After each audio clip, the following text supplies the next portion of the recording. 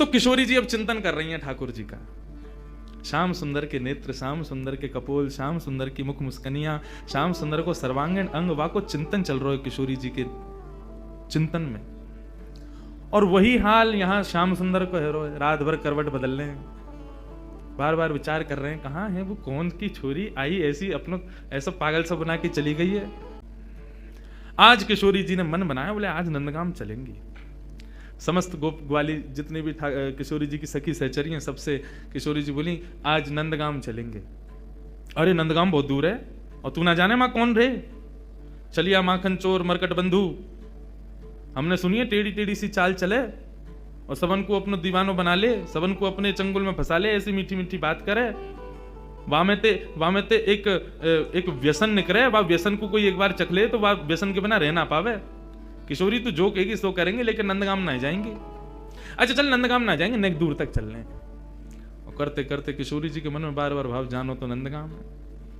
एक एक करके सखियां सब छोड़ती जा रही हैं। अरे मेरी तो सास बुलाई रही होगी, मेरे घर में बालक रो रहे होगो, आदि आदि करके सब सहचरियां वहां से चली गई। अकेली किशोरी जी पहुंच गई नंदगांव।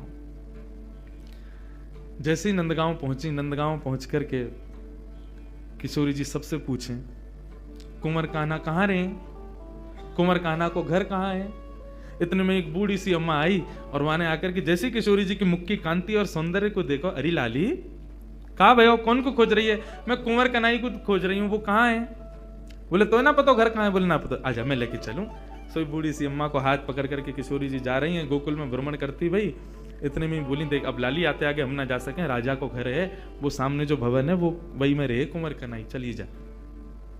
यहां भीतर ठाकुर जी बैठे यशोदा मैया के पास, और क्या कह रहे हैं, मैया ने हाथ पांव पकड़ ली। वो लाला तेरी बहुत शिकायत हमें, अब तो अपने गोकुल तक सब जगह तो शिकायत आ रही है, तू इतनी चोरी करे या चोरी है छोड़ दे। ठाकुर जी कह रहे छोड़ दूंगा, लेकिन बदले में मुंह को का देगी, जो तू कहेगो सो दूंगी। सो खाऊं पर घर ना जाऊं मैया, अब ना करूंगो चोरी, पर सांची कह कब लावेगी मोकू तू दुल्हन गोरी। अच्छा दुल्हन चाहिए तो को? हाँ मैया दुल्हन चाहिए। काय थे कहीं बहू? बोले बहू बातें कहीं जो भोजन करावे, रात में सुवा दे, सवेरे उठाए दे, इन सब सेवा न करे। जो सेवा मेरी तू करे वही सेवा मेरी बहू करेगी। ऐसी बहू लिया मुकू। लेकिन मैया मेरी पहले ही सुन ले, मैं जैसी चाहूं वैसी बहू लियो मुकू। कैसी बहू चाहिए? भोरी सी होए सुभग छोटी। भोरी सी लियो, ज्यादा तेज तर्रार भरमहू मत लेके आइयो, क्यों मोह तोते दूर कर देगी, फिर तेरो घर बनवा देगी यमुना के प्लेन पे। तू और बाबा वहीं रही हो, मैं और बहू यहाँ रे करेंगे। भोरी सी होए सुभग छोटी और सुवा सारी नाक आंख मोटी। पैनी सी तो नाक हो बाकी, कैसी तोता जैसी, और बड़ी बड़ी आंखन वारी होए, और तोते दिखाए मुख घूंघट में, मुस्काए जाए थोड़ी थोड़ी। जैसे ही तू बाके सामने आ जाया करे सोई घूंघट कर ले, और घूंघट में थी नेक नेक मुस्का जाए करे। ऐसी बहू लिया मैया मुझको। मैया बेटी बेटी कन्हैया की बात ने सुन रही है। बोली ज्यो ज्यो बड़ो है तो जा रहो, त्यों त्यों तेरे भीतर जन कहा प्रकट है तो जा रहो। कहाँ तिलावे इन सब बातन ने? बड़ी आंख वारी चाहिए, पैनी नाक वारी चाहिए, भोरी सी चाहिए, ऐसी चाहिए, कौन सिखावे तो को? मैया देख तू बात मत बदल, बता चोरी छोड़ू कि नहीं छोड़ू। हाँ लालवाए तो छोड़ दे, तो मेरी बात मान ले फिर। और मैया सुन, मैया एक बात तो समझाऊं, जब ब्याह कर भी जाऊंगा ना, बलदाऊ संग न ले जाऊं। बलराम में ना लेके जाऊंगा। मैया बोली क्यों ना लेके जाएगा? मैं कह रहा हूं वो गोरो है, कहीं बहू को मन लास्ट में बदल गो तो बाकी माला पहना दी तो, या हमारे बलराम में ना लेके जाऊंगा। मैया एक बात तो समझाऊं, बलदाऊ संग न ले जाऊं। बाबा ते कह के मगवाए दे, चढ़वे को सुंदर घोड़ी। अब घोड़ी मगवा मुकू, अब ब्याह करवे जाऊंगा मैया। मैया बोली लाला ये सब चले तेरे मन में, यही सब करे तू बाहर वन में जाके, ते मधुमंगल श्रीधामा आगे दिन ते यही सब सीख के आवे तू आवेंगे। और मैया मेरी एक बात और सुन ले, मैया एक बात मेरी और सुन ले। कहा गोपिन पे मंगल गबवाए दे, गोपीन ने बुलाया कि अभी तो मंगल गान शुरू करवा दे तू तो घर में।